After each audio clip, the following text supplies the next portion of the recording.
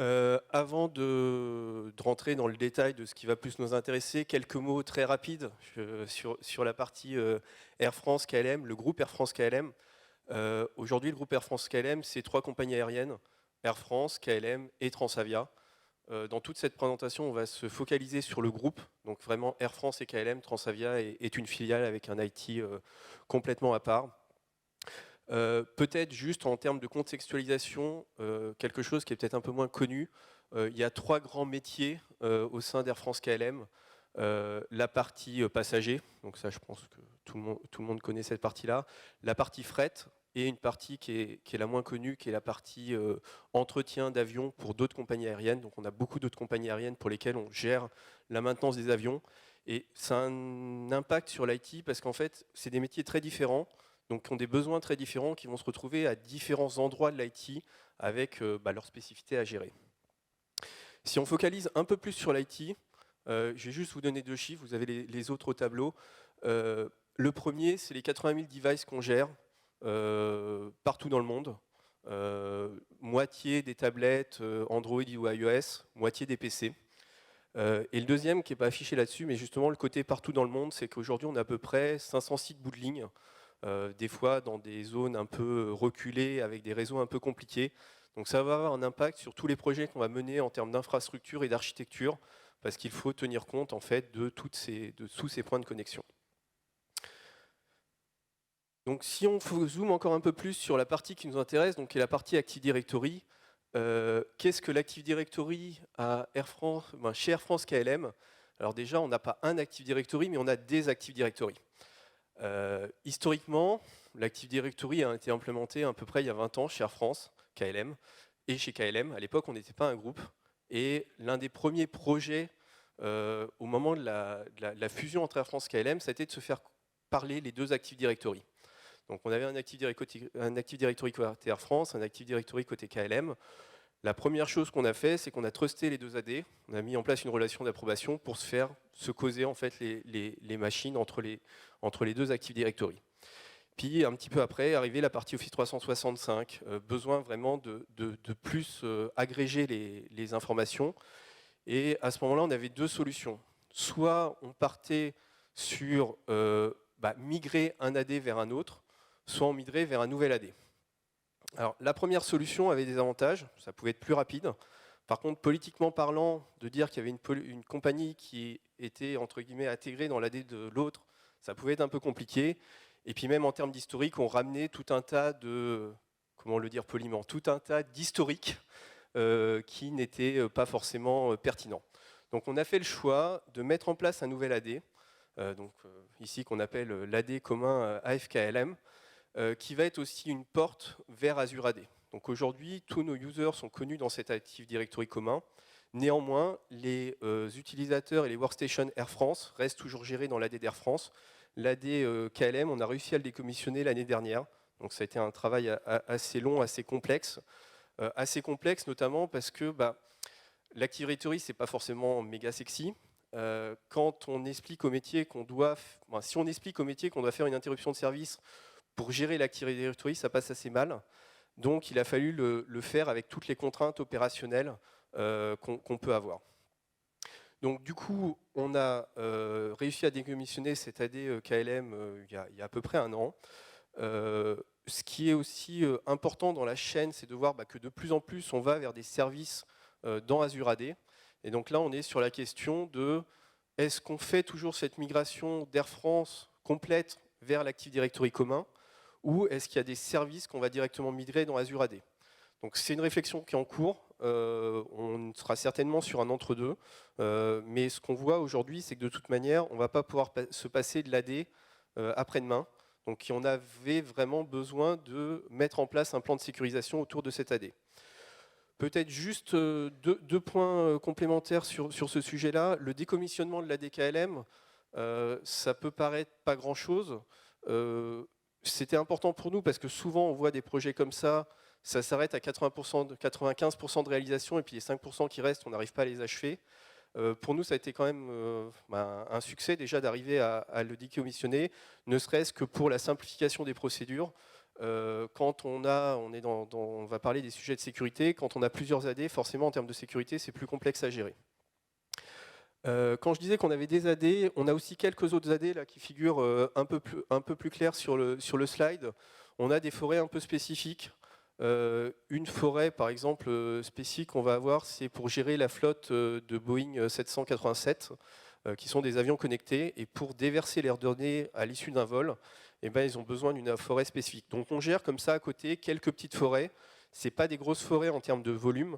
Bon, par contre, quand on lance un plan de sécurisation, il faut les conserver en tête également.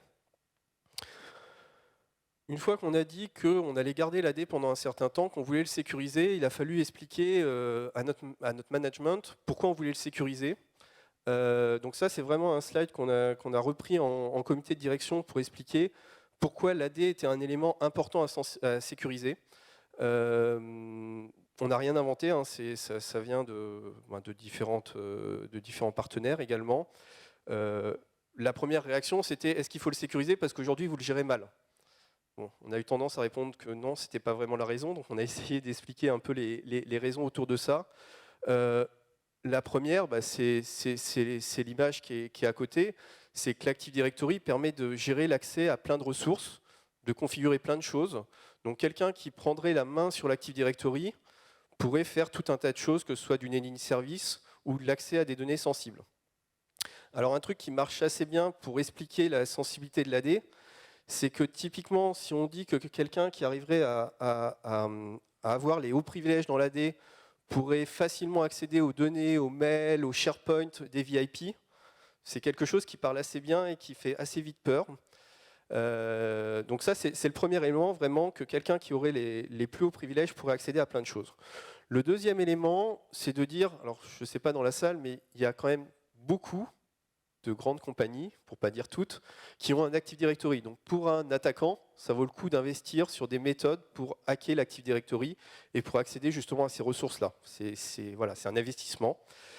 Le troisième point, alors ça a été évoqué hier par Microsoft dans leur conférence, c'est que l'AD, il a été designé il y a 20 ans à peu près, dans un contexte de sécurité qui était assez différent. Donc il n'a pas été pensé avec la notion de on met quelque chose de robuste en termes de sécurité, ça a été plutôt pensé en on va centraliser l'administration, on va réduire les tâches d'administration et on va avoir un environnement qui va nous permettre d'être efficace et rapide. Et le dernier point, alors chez nous par exemple, c'est des centaines de changements qui sont faits tous les jours. Création de comptes, création de nouveaux PC, déploiement de GPO, etc. Donc à chaque nouvelle action, si on ne respecte pas les guidelines qu'on s'est fixés, on peut créer des nouvelles portes d'entrée. Donc c'est important d'avoir la connaissance de ce qui se passe dans son AD, et c'est notamment là-dessus, Maxime et Sylvain y reviendront, que Tenable a pu nous aider. Une fois qu'on a dit ça, qu'il y a un contexte, qu'il faut qu'on fasse quelque chose, la question c'est qu'est-ce qu'on fait ? Donc pour répondre à cette question, en fait, on s'est appuyé sur différents retours, sur différents consulting. Donc le premier, bon, voilà, c'était déjà le contexte cyber. Donc voilà, le contexte cyber fait qu'il fallait lancer quelque chose. On l'a vu encore récemment avec la crise en Ukraine. Comme je disais, on est worldwide, donc on a un sujet autour de ça. On s'est appuyé sur des recommandations de Microsoft, de partenaires, etc. Donc ça, c'est vraiment le premier élément qui est le contexte. Le deuxième, c'est on s'est appuyé sur des red teams, donc des gens qui sont venus sympathiquement nous hacker et nous dire ce qu'il fallait améliorer. Alors, au-delà des conseils, au-delà des préconisations, ça a eu aussi un impact fort pour sensibiliser vraiment le top management. Top management vraiment de la compagnie, donc en montrant qu'un partenaire extérieur pouvait nous montrer là où on avait des points sensibles. Et la dernière partie, alors là qui va être plus axée process, c'est les audits internes. Donc on a une équipe qui gère des audits internes, donc qui va regarder un peu nos process et qui va nous dire, alors je vais prendre juste un exemple qui est la partie gestion des comptes. On a une pression forte, par exemple, quand il y a un nouvel arrivant, que le nouvel arrivant, le premier jour où il est là, il a un compte, il a un PC, il a une boîte mail, etc. Par contre, quand ce nouvel arrivant ou un autre part, il n'y a pas une pression forte pour lui supprimer ses comptes. Et du coup, on pouvait avoir des comptes qui restaient dans l'Active Directory. Alors, en soi, c'est des droits qui peuvent subsister, une surface d'attaque qui est plus importante. Donc, on s'est appuyé sur ces audits aussi pour avoir un certain nombre de recommandations. Et la dernière partie, c'est les projets de transformation. Donc, comme je le disais, on a de plus en plus de projets qui nous emmènent vers le cloud, donc vers Azure AD. Donc, je vais juste en citer deux gros. Alors, on n'a rien inventé, hein, c'est le Modern Management, donc aller vers des workstations qui vont être gérés avec Autopilot Co. Et la partie transformation des applis pour progressivement cloudiser des applications. Et donc, pour ces deux projets, on a une roadmap sur laquelle on doit activer des features progressivement dans Azure Active Directory.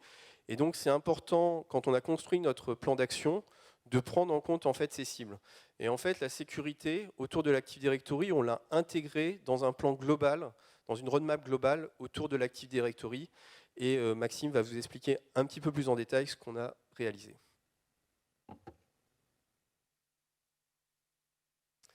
Bonjour à tous, donc Maxime. Effectivement, comme l'a dit Erwan, on a découpé ce projet de sécurisation en deux axes. Donc un de ces deux axes porte, comme l'a dit aussi Erwan, sur l'Azure AD, parce qu'on a différentes équipes IT qui travaillent toutes, et principalement aussi sur la partie Azure. Par contre, toutes ces équipes qui travaillent ensemble, il faut mettre en place un certain nombre de projets pour s'assurer que l'Azure AD soit conforme et reste dans un bon état de santé, si on peut dire. Donc ce projet de transformation portait principalement sur la LCM, mais aussi sur la gouvernance. Parce qu'avoir beaucoup d'équipes qui travaillent dessus, ça nécessite des RACI, ça nécessite de savoir qui fait quoi et qui est le propriétaire des rôles ou des services. Donc la deuxième phase, ou la première phase, le deuxième axe, portait plutôt sur la simplification de l'architecture. Erwan l'a dit aussi, Air France représente et dispose de serveurs partout dans le monde, en aéroport ou autre. Donc c'était bien il y a quelques années, parce qu'on avait plein de machines. Maintenant on le voit que plus on a de machines, plus on a de surface d'attaque, ce qui peut être un peu embêtant. Donc on s'est dit, voilà, l'AD a un certain nombre d'années. Actuellement, on a des liens réseau qui sont un peu plus performants. On a des solutions qui existent. Est-ce qu'on ne peut pas réduire ce nombre de domaines contrôleurs, par exemple? Oui, donc on l'a fait dans un certain nombre de cas. Donc on parle en plusieurs centaines au global. Donc réduire les domaines contrôleurs, forcément, on réduit la surface d'attaque, mais aussi, ce qui est un point non négligeable pour le management et les achats, c'est on réduit le nombre de serveurs, on réduit la maintenance et on réduit aussi les accès et les interventions d'autres partenaires pour le matériel. Donc, réduire le nombre de domaines contrôleurs, c'est vachement intéressant. Ça nous permet aussi d'ouvrir des portes, là aussi, vers Azure pour les Azure AD Join, par exemple. Et aussi, ça nous réduit, comme je le disais, le nombre d'accès sur ces serveurs. Donc, moins d'intervenants, moins d'accès, et donc on réduit encore une fois les comptes et la surface d'attaque. Un parallèle qui a été fait, donc je pense que vous avez tous entendu, voire implémenté, voire travaillé sur le modèle de tiering. Là-dessus, on n'invente rien, hein. On s'appuie sur des méthodes ou des techniques qui sont éprouvées et des recommandations.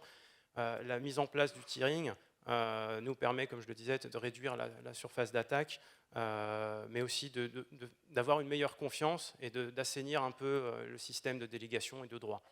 C'est vrai qu'un AD, il est vivant, on a créé des choses il y a des années, elles sont encore en place. Est-ce qu'elles doivent être encore en place? Est-ce qu'on peut leur faire confiance? Ça peut être une question. Donc ça, c'était effectivement la phase un peu la plus longue qui portait sur l'AD on-prem. Donc pour revenir au tiering, donc c'est des slides forcément qu'on a dû tous voir sur Internet. Tout ce qui est réalisé dans l'AD, ce sont des droits, des permissions, et on part du principe, comme beaucoup d'autres choses, que ce soit dans le secret ou autre, que la personne doit pouvoir faire des actions avec juste le niveau de droit qui est nécessaire pour les faire.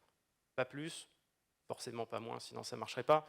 Mais on part d'une idée qu'un admin de workstation doit disposer d'un compte dédié pour ses workstations, donc un compte de tier 2. Il doit se connecter forcément donc, sur les desktops pour faire ses opérations journalières avec les users, mais en aucun cas il ne doit pouvoir se connecter à des serveurs. des serveurs, ça va nécessiter un compte de tier 1, un compte qui est dédié à ces opérations-là. Donc typiquement, dans les entreprises, ça peut être des gens de l'IT, mais ça peut être aussi des gens du business qui ont besoin d'accéder à leurs applis installés sur les serveurs fournis ou mis à disposition. Ce compte-là, forcément, ne doit pas avoir accès aux workstations et inversement, il ne doit surtout pas remonter sur les serveurs de tier 0 qui, lui, doit être géré par un compte de tier 0 dédié uniquement à des administrateurs de haut niveau, entre guillemets, et doivent être réalisés sur des stations un peu spécifiques. Pourquoi ? Je pense que tout le monde s'imagine que si on fait ça, c'est qu'il y a une raison. Si on se connecte, si quelqu'un du tier 0 se connecte sur une workstation, il va laisser des credentials en cache. Et donc là, si un attaquant prend le contrôle de la workstation, on va avoir des petits soucis. Donc là, je pense qu'on va pouvoir laisser parler Sylvain là-dessus. Merci. Donc oui, en rapide, on voulait faire un petit rappel technique pour expliquer pourquoi le modèle de tiering est super important. Et en fait, là, vous avez l'explication. Alors, je ne vais pas tout vous détailler en termes techniques, mais ce qu'il faut juste comprendre, c'est qu'en fait, on ne s'authentifie pas avec des mots de passe sur Active Directory. On s'authentifie avec des hashes de mots de passe. Donc, quand vous vous authentifiez sur une workstation, vous faites un certain nombre d'échanges entre votre workstation et l'Active Directory. Et au final, votre mot de passe, il est haché, sa valeur est déposée en mémoire. Et comme le disait Maxime, si vous avez un domaine admin qui s'authentifie sur une workstation et que cette workstation elle est compromise, et en fait, on peut récupérer le hash du mot de passe du compte d'administration pour ensuite le rejouer sur Active Directory. Donc évidemment, ça veut dire qu'il faut impérativement faire cette segmentation de tiering proposée à la base par Microsoft, mais qui a une logique qui pourrait s'appliquer à d'autres éléments qu'Active Directory, parce qu'encore une fois, on ne s'authentifie pas avec un mot de passe, on s'authentifie avec un hash. Donc gardez ça en mémoire. Quels que soient les outils de sécurité que vous déployez, vous devez implémenter le tiering model proposé par Microsoft. Maxime. Merci. Donc le projet de hardening a réellement commencé par un constat que nous avions à un certain moment donné deux types de comptes. Donc forcément les comptes standards, comptes d'accès aux workstation avec les accès aux applications et suite Office. Et on avait un compte d'admin. Ce compte d'admin-là, qui était donné aux admins, pouvait gérer et faire des différentes actions de différents niveaux, des niveaux simples, accéder des workstations, manager des comptes dans l'AD ou se connecter sur des serveurs ou encore créer des GPO. Bon, beaucoup d'actions. Avec ce système-là et la mise en place du tiering, c'est plus possible. Comme l'a dit Sylvain, en termes de sécurité, c'est pas bon. Et vu l'actualité, on souhaitait partir sur quelque chose de plus robuste. Donc la première étape, ça a été ce qu'on voit en bas à gauche, c'est d'identifier les besoins. Parce que oui, c'est bien beau de lire ces schémas, ça veut dire mais comment on peut l'appliquer à nous et à notre infrastructure. Donc il faut qu'on fasse un travail, savoir qui travaille sur quoi, quelles équipes réalisent quelle action. Donc on identifie les besoins, on se dit, on a pris le temps, on a identifié les besoins, on va regarder comment on va pouvoir traduire ça au niveau AD et permission. Et une fois qu'on a traduit ces délégations et qu'on a traduit un peu tous les besoins, on va pouvoir créer le nouveau modèle de délégation, l'implémenter dans l'Active Directory. Alors là, on ne va pas se cacher, ça peut durer des jours pour faire un modèle performant et très fin et qui correspond aux besoins de tout le monde. Mais on va aussi créer des comptes. Donc là, les comptes, on les voit sur la droite. Un peu redondant avec ce que j'ai dit avant, mais on a toujours notre compte Workstation, ça on n'y touche pas. On a un compte d'admin de tier 2 qui permettra de faire des actions sur les workstations et qui sera bloqué à l'usage que sur les workstations. Ensuite, on a des comptes à privilèges. Donc là, il peut y en avoir beaucoup. Ça dépend aussi de votre infrastructure, parce qu'encore une fois, une équipe business qui a besoin d'accéder à une application, faut lui créer un compte d'admin. Donc ça, il ne faut pas l'oublier, c'est des licences potentiellement, ce genre de choses. Donc on va lui créer un compte de tier 1, on va lui donner les accès, encore une fois, juste ce qui est nécessaire pour que la personne puisse travailler correctement sans lui en donner trop. Et enfin, on a des comptes à très haut privilège qui permettront de faire des actions dans l'Active Directory. Là encore, avec certaines règles de nommage ou de sécurité en plus pour ces comptes-là. Le projet de hardening, on a essayé de le traduire un peu simplement. Je pense qu'avec ces 4 étapes, c'est mon avis, mais je pense qu'avec ces 4 étapes, on était pas trop mal. Pour commencer, c'est toujours bien de savoir d'où on part pour pouvoir dire peut-être plus tard, on a bien travaillé, ça peut être bien. Mais c'est surtout de voir le statut actuel, de ne pas se mentir, de regarder en face et de se dire, bon, il y a quand même du boulot. Donc ce travail-là, d'avoir ce statut, il peut être fait simplement avec vos équipes internes ou avec des outils qui sont en libre accès, hein. Il y a beaucoup de choses, mais on peut aussi faire appel à des partenaires. Des fois, ça a peut-être même plus de poids au niveau du management de faire intervenir d'autres partenaires. Et une fois qu'on a ces recommandations-là, on va tout lire, on va tout analyser, on va tout traiter et on va faire une identification des différents topics. Donc il y a des choses qui sont très simples à faire très simple à mettre en place, qui peut faire gagner en termes de sécurité beaucoup dans l'AD. Nous, c'est ce qu'on a appelé les quick wins, c'est des actions rapides à faire. Ensuite, on a donc un plan d'action à définir. Donc là, c'est à travailler avec les équipes projet, business, chef de projet, les achats, parce que peut-être qu'il y aura des choses à acheter, du matériel. Bon. Donc là, il y a vraiment définir un plan d'action. Et puis, il faut l'implémenter dans ce qu'on a mis en Global Roadmap. Effectivement, on était content de savoir que l'AD, suite à la conférence de Microsoft d'hier, on a encore du travail pour quelques années. Mais il faut l'intégrer dès maintenant, parce que effectivement, la partie Azure, on voit que ça prend de la place, on voit qu'il y a beaucoup d'applis qui sont dessus, donc il faut intégrer tout ça dès maintenant pour ne pas se retrouver dans 10 ans en se disant « mince, c'est trop tard ».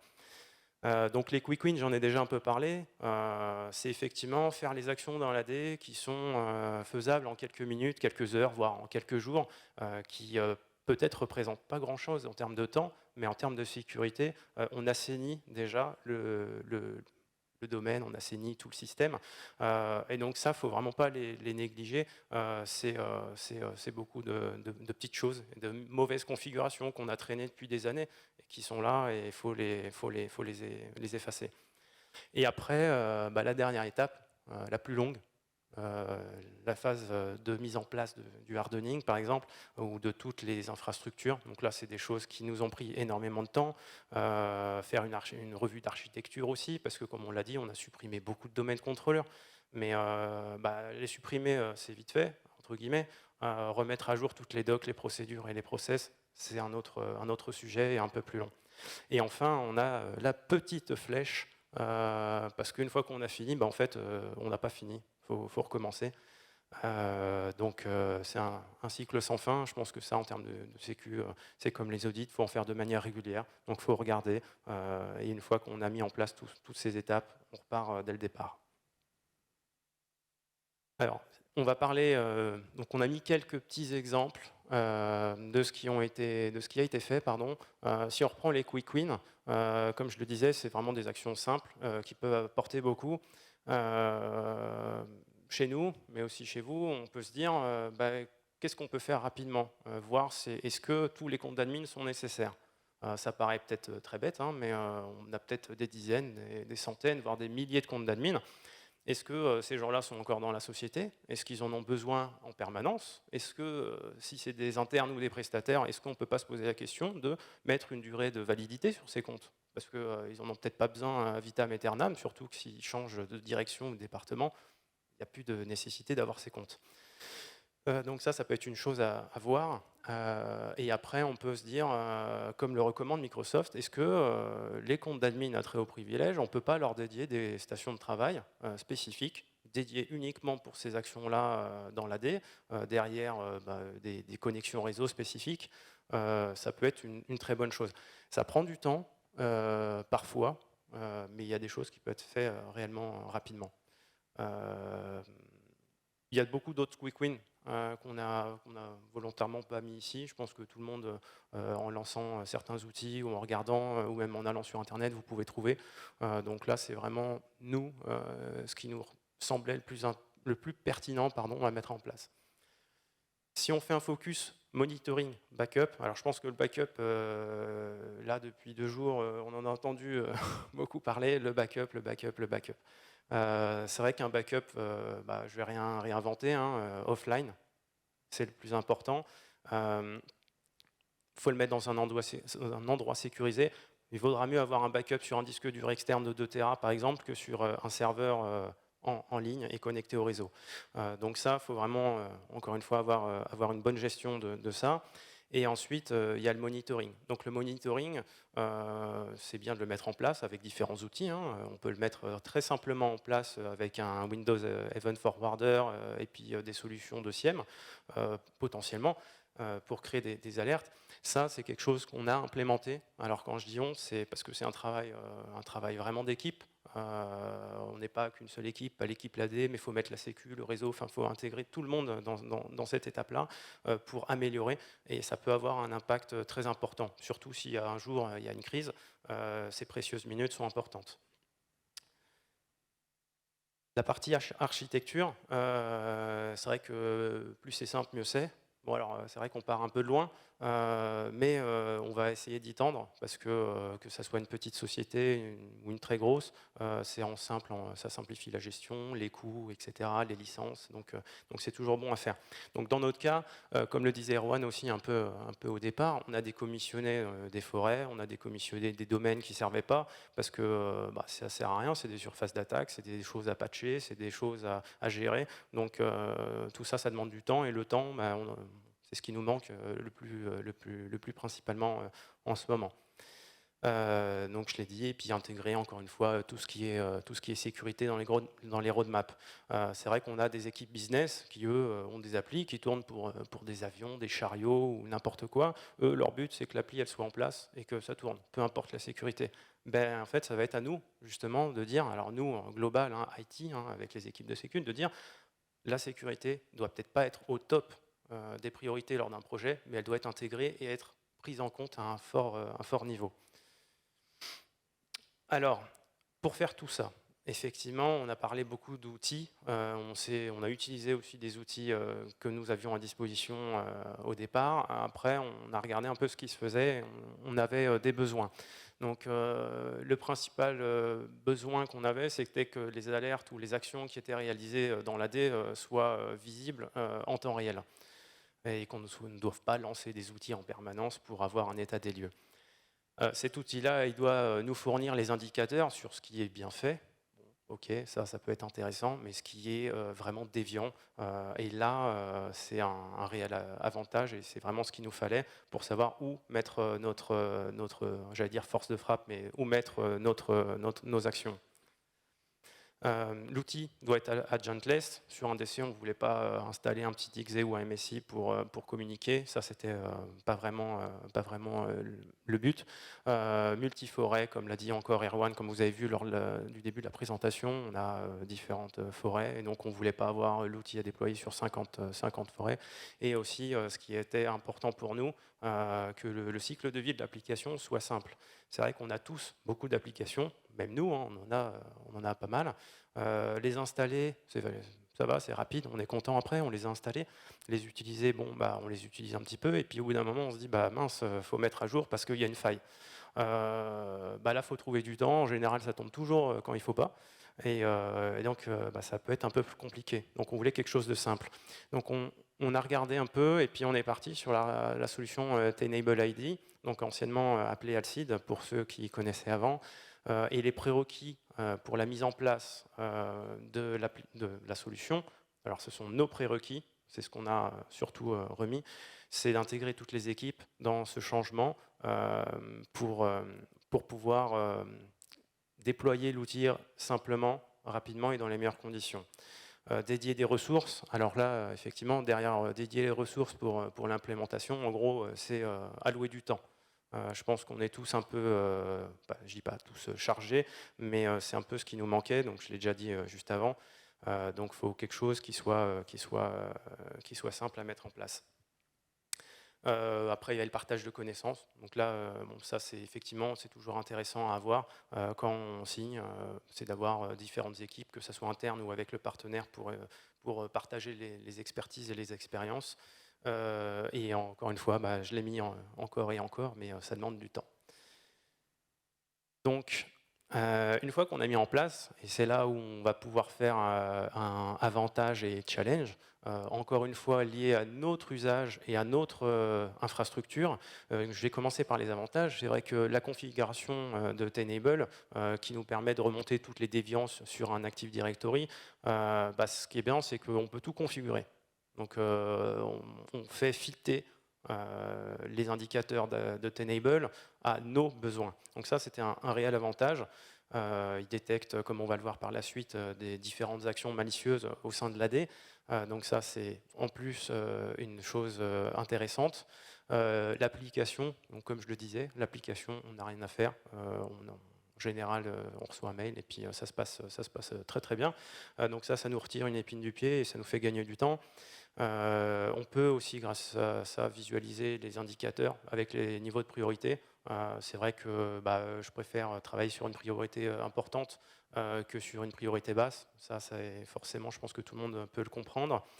Et puis, on peut avoir un temps réel. C'est vrai que quand on a corrigé beaucoup de quick wins, comme on le disait, les quick wins apparaissent. Quand on les corrige, on les voit instantanément, on n'est pas obligé d'attendre. Et c'est vrai que pour valider le changement et pour montrer aussi au management, parce que ça, c'était quelque chose qui était important, c'était toujours une bonne chose. Donc là, on attaque la partie challenge. Donc les points qui ont été un peu... je ne dis pas bloquants ni problématiques, mais qui ont été un peu plus compliqués pour nous et notre infrastructure. Il y en a un qui est important, c'est la difficulté d'implémentation. C'est vrai que nous, avec notre système, notre nombre d'infrastructures réparties partout dans le monde, on a beaucoup d'indicateurs qui sont à tuner. Et donc, tuner les indicateurs, ça demande du temps. Donc, pour avoir une solution viable, fiable, il faut passer du temps à la configurer. Ensuite, on a eu des soucis de charge, parce qu'on peut partir en disant c'est super, on va déployer l'outil, c'est bien, sauf que dans la vraie vie, ça demande encore du temps et il faut prioriser ces actions-là, et des fois, la priorité d'aujourd'hui ne sera pas la priorité de demain. Et enfin, ça c'est aussi quelque chose qui paraît peut-être bête, mais tous les changements des déviances qui vont être remontés peuvent avoir un impact. C'est vrai que on crée des changements, on fait des changements, sauf que il y en a qui peuvent avoir un impact important sur la production. On nous parle du groupe pré-Windows 2000 qui date d'il y a quelques années. Le groupe doit être vide, et c'est vrai que si on le vide un peu trop vite, et sans avoir mis les délégations qu'il faut autre part, on se retrouve à être appelé un week-end très tôt parce qu'on a des petits soucis à certains endroits dans le monde. Voilà. Donc ça, c'est à prendre en compte aussi. Je pense que Sylvain. Merci. Donc, pour terminer, et juste avant de faire une petite conclusion avec Erwan et Maxime, pour ceux qui ne connaissent pas la solution Tenable.id et en 3 slides, en fait, c'est un outil qui vous permet d'implémenter un plan de sécurité lié à Active Directory. Donc là, je vous ai mis quelques petits exemples. Là, c'est simplement la liste de ce qu'on appelle, nous, les IOA, parce qu'en fait, il y a plusieurs parties dans l'outil. La partie prévention que présentait Maxime, mais il y a aussi un module de détection d'attaque. Bien sûr, détection d'attaque liée à Active Directory. Donc ça, c'est un des éléments de la solution. Les nouveautés, pour ceux qui connaissent un petit peu le produit, on a implémenté récemment un module de traçabilité complète. Donc ça, c'est pour les organisations qui ont des besoins un peu spécifiques en termes d'audit ou en termes de LPM ou des choses, on va dire, un petit peu particulières, des sociétés qui travaillent dans des environnements qui sont audités régulièrement. Donc là, en fait, vous avez maintenant la liste de l'ensemble des modifications ou des consultations qui sont faites au travers de la solution vers Active Directory qui est implémentée. Les nouveautés également, on a parlé de tiers modèle tout à l'heure. On a un nouvel IOE qui permet de contrôler en fait l'implémentation du tiers modèle. Pour l'instant, cet IOE se limite à tiers 0. Et bien sûr, il va évoluer avec l'implémentation des contrôles tiers 1 et tiers 2. Donc ça fait partie des nouveautés qu'ont quelques semaines. Et puis également un nouvel IOE sur ce qu'on a appelé la configuration anti-ransomware. Donc, est-ce que vous avez bien implémenté les GPO qui permettent de désactiver certains types de scripts, de configurer l'execution policy PowerShell, l'exécution des macros dans Office, etc. etc. Il y a, la semaine dernière, on a eu un certain nombre de nouveaux ransomware qui, à nouveau, utilisent quelques failles en termes d'exécution de macros au travers d'Office. C'est des choses extrêmement importantes et qu'il faut implémenter. Et comme on a un moteur d'analyse des GPO, on est capable de voir si ce genre de contrôle a été mis en œuvre ou non dans l'organisation. Et puis, dernier élément, l'attaque pass. Donc en fait, c'est pour ceux qui connaissent Alcide et qui connaissent TenableAD, on fournit une liste de contrôles. On a environ 250 contrôles qui sont reprogrammés dans une cinquantaine d'IOE. Mais c'est une vue, on va dire, liste des choses. Donc on a voulu aussi représenter graphiquement les chemins d'attaque qui passent au sein d'Active Directory, bien évidemment en utilisant des mauvaises configurations que vous pouvez avoir dans votre Active Directory. Donc c'est l'objet de l'attaque pass. Je ne vais pas rentrer dans les détails, mais ça vous permet de visualiser en fait les chemins d'attaque et notamment les chemins qui permettent de passer d'un tiers 1 à un tiers 0. Et c'est ces chemins-là, évidemment, qu'il vous faut contrôler en priorité et corriger en priorité. La conclusion, messieurs. Oui, oui. Alors, pour conclure, pour ma partie, je vais me limiter à la partie target. Donc, il faut vraiment avoir une cible bien définie, parce que la mise en place d'un tiering, ça aurait été sympa que ça puisse se mettre en place en quelques jours, mais malheureusement, ce n'est pas le cas. Donc, ça prend du temps, ça demande énormément de temps. En même temps, on a à côté notre travail quotidien. Donc, il faut vraiment se dire, bah, on y va, mais on met des points d'avancement, des échelons, et on fait des rapports quotidiens pour toujours être sûr de pouvoir avancer et d'allouer du temps à la mise en place du tiering, par exemple. Donc, comme je le disais, problématique de partage de temps et de charge entre le projet à mettre en place et la charge quotidienne.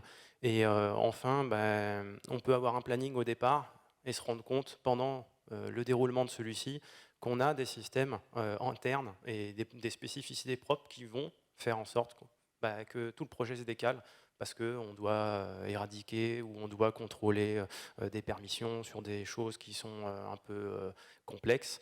Et donc, il faut garder ça un peu en tête, la cible, vraiment là où on veut aller. Et une fois qu'on l'a atteinte, bah, on peut, comme je le montrais dans le slide du début, repartir au départ et refaire des audits et recommencer. Donc je vais conclure moi, sur la partie un petit peu ressources. Effectivement, Maxime l'a exprimé à plusieurs moments que c'est forcément un investissement, c'est un investissement important, mais ça va prendre du temps. Donc il y a besoin d'avoir des ressources compétentes qui comprennent en fait l'ensemble des impacts des actions qu'ils vont réaliser. Maxime l'a évoqué, ça nous a un peu marqué, typiquement un change qui avait été réalisé et le samedi matin, on a été appelé assez tôt parce que les écrans en aéroport ne fonctionnaient plus. Donc c'était un effet de bord qui était difficile à anticiper. Donc voilà, donc on est comme pas mal d'autres boîtes, besoin de se renforcer sur ces parties-là.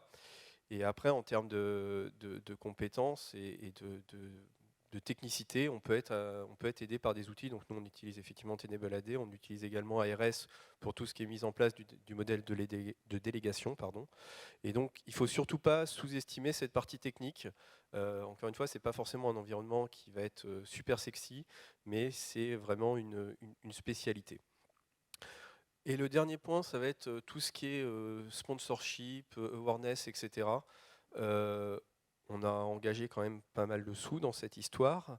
Donc il faut déjà convaincre, expliquer pourquoi c'est nécessaire. Il faut aussi avoir un sponsor fort. Typiquement, on va avoir un métier qui va nous dire il faut absolument que ce changement il passe à ce moment-là.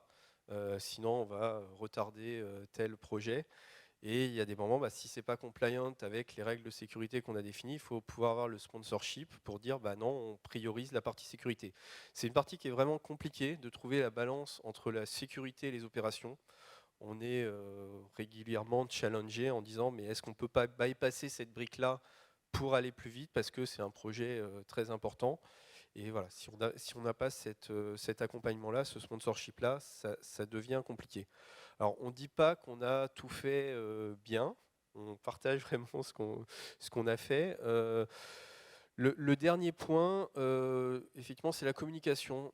Typiquement, quand on explique à un administrateur qui avait un compte, que demain il va avoir utilisé 4 comptes parce qu'il va en avoir 2 dans chaque AD, lui expliquer pourquoi il doit le faire, lui expliquer qu'il doit changer son mot de passe régulièrement, etc. C'est important de lui expliquer qu'est-ce qu'il y a derrière et pas juste lui dire à ce moment-là, tu vas utiliser ça et tu vas faire ça. Donc il y a tout un accompagnement, il y a toute une explication autour de pourquoi on fait ça. Et c'est pareil, c'est un élément assez important pour embarquer l'ensemble des personnes. Donc voilà, on a vu, on est un groupe assez large, donc il y avait pas mal de choses. Donc voilà.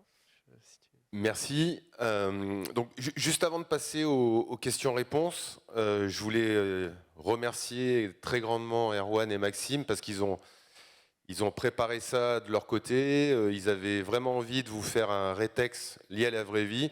Et je vais vous demander de les applaudir très fort parce qu'ils ont été très bons.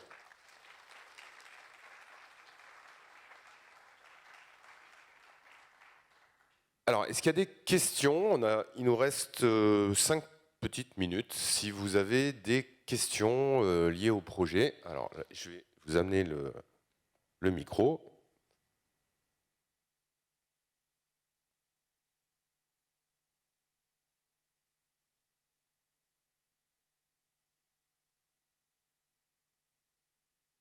Bonjour. Quelle était l'échelle de temps entre le début du projet et maintenant? Alors c'est un petit peu compliqué de répondre par vraiment une échelle précise parce que, comme on le disait, c'est quelque chose qui est sans arrêt remis en cause, sur lequel il faut reboucler, etc.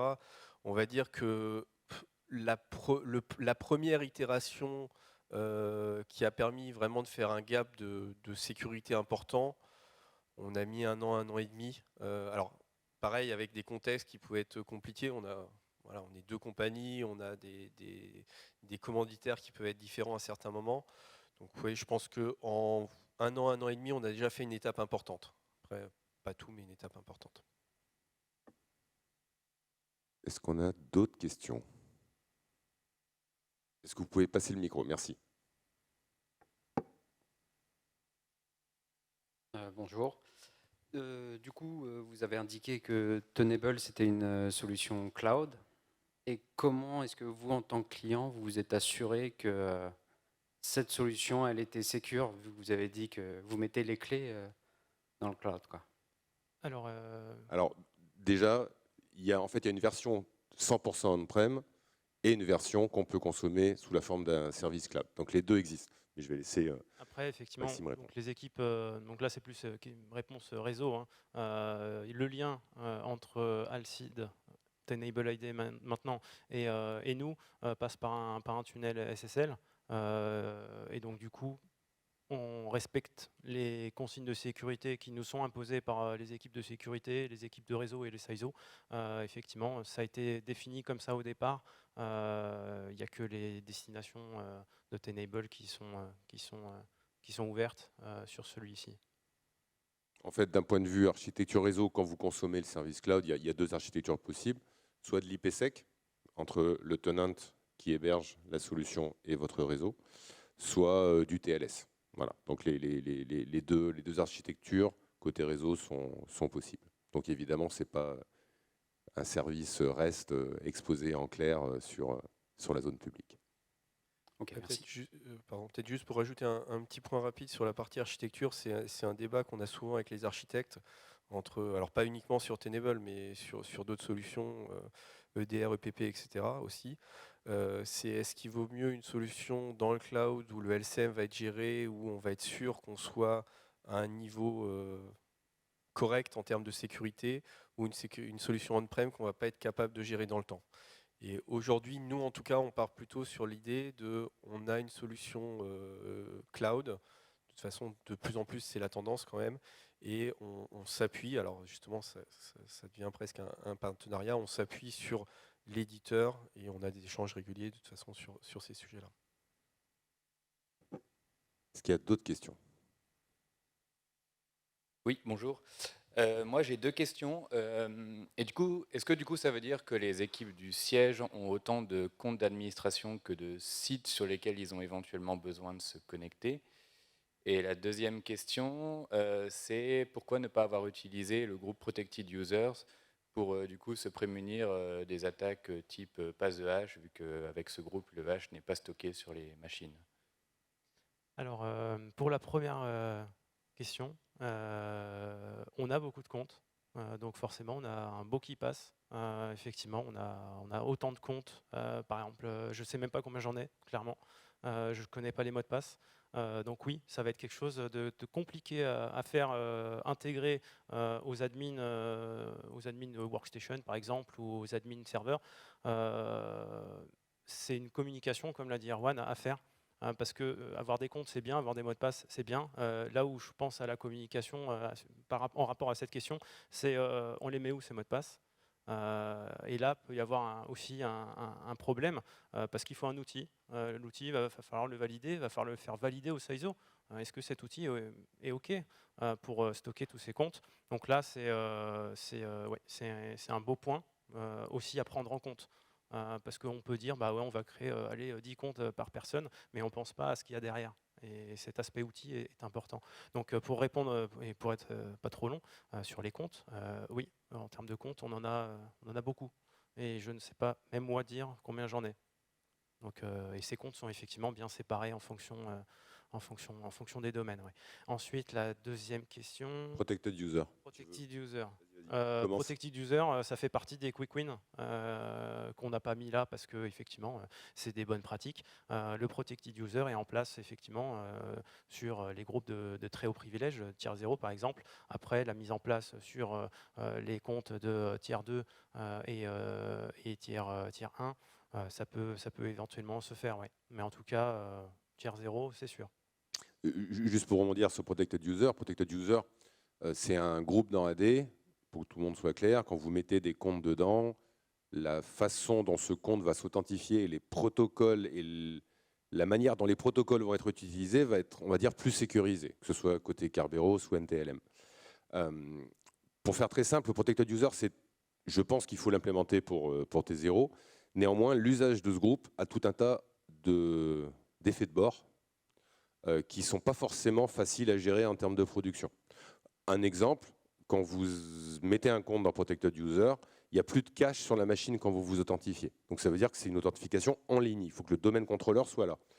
Donc vous ne pouvez pas faire ce que vous faites quand vous partez dans le train et que vous vous authentifiez avec votre compte AD parce qu'il y a un cache local de votre hash de mot de passe. Ça n'est plus possible. Donc il faut l'implémenter pour T0, j'ai assez peu de débat là-dessus. Pour les autres types de comptes à privilèges, c'est pas forcément possible en fait d'utiliser Protected User. Ok, merci. Est-ce qu'on a... Oui, voilà. Après on redescendra, il y a monsieur qui lève la main après. Là. Bonjour, merci pour votre intervention, c'était très intéressant. Moi j'ai une question, s'il vous plaît, je voudrais revenir sur votre réflexion qui a commencé donc au début du projet et qui continue de ce que j'ai compris sur la migration AD on-premise vers Azure AD. Aujourd'hui, moi c'est une réflexion que je me pose également, mais quels sont vos freins d'un point de vue peut-être sécurité pour aller sur un full Azure AD et dire au revoir à la on-premise? Moi j'ai la question vis-à-vis des GPO par exemple, hein, vous voyez, les choses très simples, mais j'imagine qu'il y en a d'autres et ce serait intéressant de voir votre point de vue là-dessus. Alors, Merci. moi, je vais donner une vue qui sera peut-être complétée après.